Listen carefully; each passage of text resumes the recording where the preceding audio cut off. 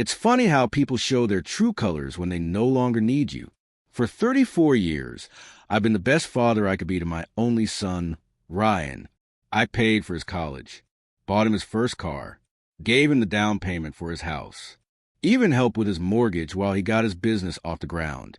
I never asked for a thing in return, just a phone call now and then, a thank you, a little time with him and my grandkids, especially around the holidays.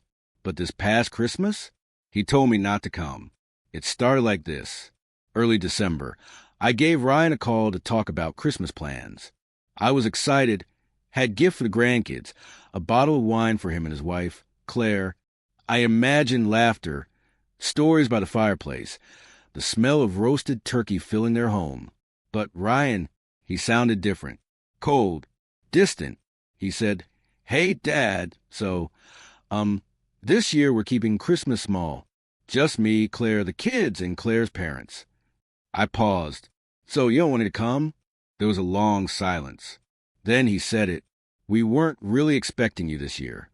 I said, "Okay," hung up and sat there in silence. Let me tell you something.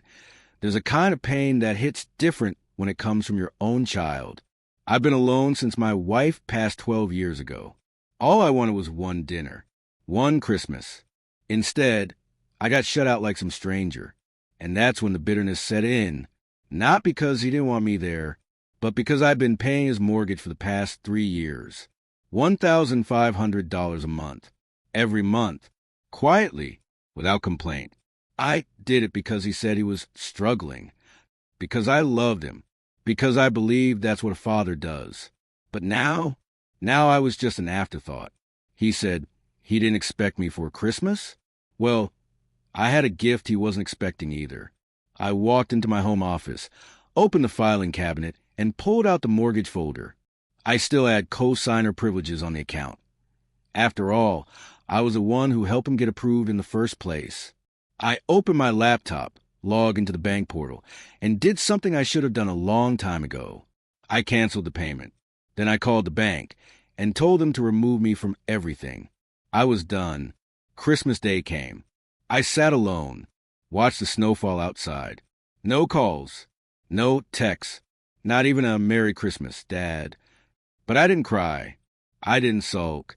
I just smiled, poured myself a glass of scotch, and waited, because I knew January 1st was coming. Sure enough, on January 5th, my phone lit up. Ryan. I let it ring. Then again. The third time I answered. He sounded panicked. Dad. Hey, did something happen with the mortgage? The payment didn't go through. The bank called and I cut him off.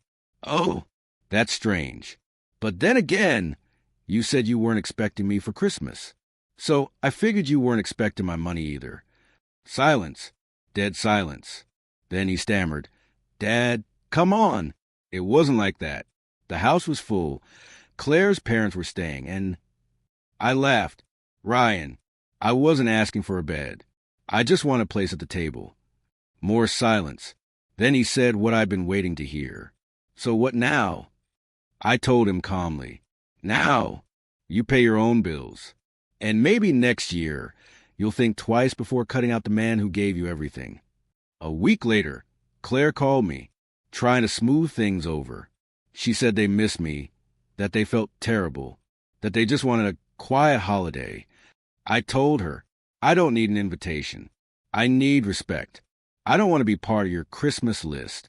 I want to be part of your life. Funny thing is, since then, I haven't heard a single request for money. No, can you help me out? No, things are tight this month, but I've got more calls. More, how are you, Dad? More time with the grandkids. And this summer, they even invited me over for a barbecue. Looks like when the money dried up, they realized what they were really about to lose. Call it revenge. Call it tough love. But sometimes the most powerful thing you can do is walk away. I gave my son everything. All I asked for was a little space at the table. He told me he wasn't expecting me.